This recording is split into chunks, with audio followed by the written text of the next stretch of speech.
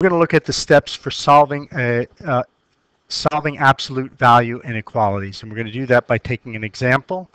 So if we have the absolute value of x minus 2 minus 5 is less than 4, it's a little bit different from solving regular algebraic equations because we have an absolute value and we have to look at two different cases.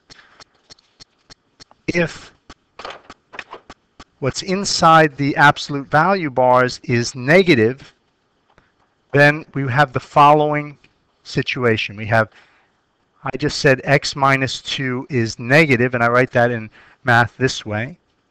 In that case, what we have is the opposite of x minus 2, or negative x minus 2 minus 5 is less than 4.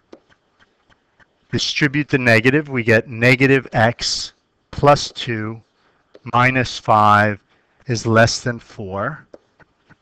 Combining like terms, we get minus x minus 3 is less than 4. Add 3 to both sides, we get negative x is less than 7.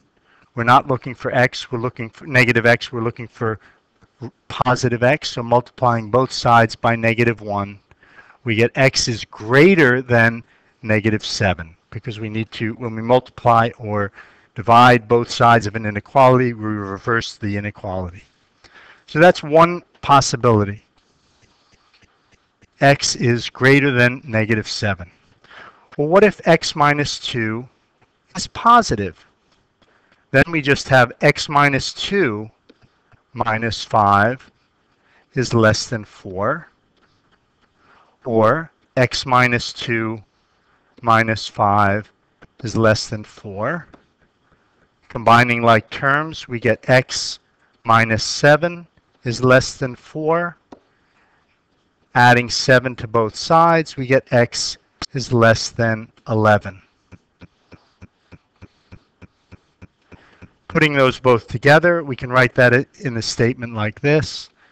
X is greater than negative 7 and less than 11.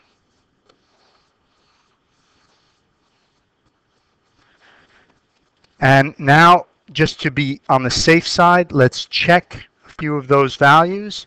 So let's take a value that's in that center region between negative 7 and 11.